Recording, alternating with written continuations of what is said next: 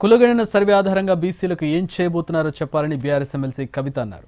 బీసీలకు ప్రభుత్వ పథకాలు అందాలనే తాము కులగణన చేశామని చెప్పారు డిప్యూటీ సీఎం భట్టి విక్రమార్క.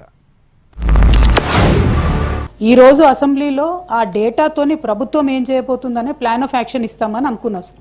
అయితే ఓన్లీ స్టేట్మెంట్ మొన్న ఉత్తమ్ కుమార్ రెడ్డి గారు ప్రెస్ మీట్లో చదివిందే మళ్ళీ ఇవాళ స్టేట్మెంట్ చదివేసి అయిపోయింది అని మమ అనిపించేస్తే దీంతో ఏం చేయబోతా ఉన్నారు? ఈ డేటాతోని రాజకీయ, ఆర్థిక, ఉద్యోగ, ఇతర అవకాశాల్లో కూడా ఎక్కడెక్కడైతే వెనకబడి ఉన్నారో ఈ సంఖ్యను బట్టి వారిని ప్రోత్సహించడం కోసం ఈ స్టాటిస్టిక్స్ ని సంపూర్ణంగా ఈ రాష్ట్ర ప్రభుత్వం వాడుతుందని తెలియజేస్తా ఉన్నాం.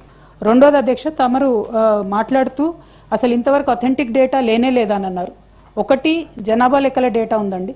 జనాభా లెక్కల డేటా 2011లో చేసిన దాని ప్రకారం తెలంగాణ జనాభా 3,50,00,000. భారతదేశంలో ఉండేటటువంటి ట్రెండ్ను చూసి యావరేజ్ తీస్తే 13.5% పెరుగుతుంది సార్ ఎక్కడైనా కూడా జనాభా. మన తెలంగాణ రాష్ట్ర జనాభా 4,18,00,000 ఉండాలి. ఇప్పుడు వీళ్ళు రిపోర్ట్ చేసిన దాంట్లో ఎస్సీల జనాభా -1.75% అవుతుంది సార్. అట్లానే ఎస్టీల జనాభా తగ్గుదల, ప్రతి ఒక్కరి జనాభా తగ్గుతుంది సార్. కేవలం ఓసీల జనాభా మాత్రం 5% పెరిగినట్టుగా చూపించినారు సార్. సో అన్ని కూడా అందరి కూడా జనాభా తగ్గి ఒకటే సెక్షన్ ఎట్లా పెరుగుతుంది అనేటటువంటి అనుమానం ప్రతి ఒక్కరికి ఉంది. జనాభా లెక్కలు 2011 సెన్సస్ మాత్రమే ఉన్నాయి. మీరు చెప్పిన కుటుంబ సర్వే అన్ని కులాలతో కలిపి చేసినటువంటి సర్వే సైంటిఫిక్గా ఇంతవరకు లేదు. ఆ 2011 సెన్సస్లో జనాభా లెక్కలు ఇస్తారు, సరే ఎస్సీ ఎస్టీ లెక్కలు కూడా ఇస్తారు.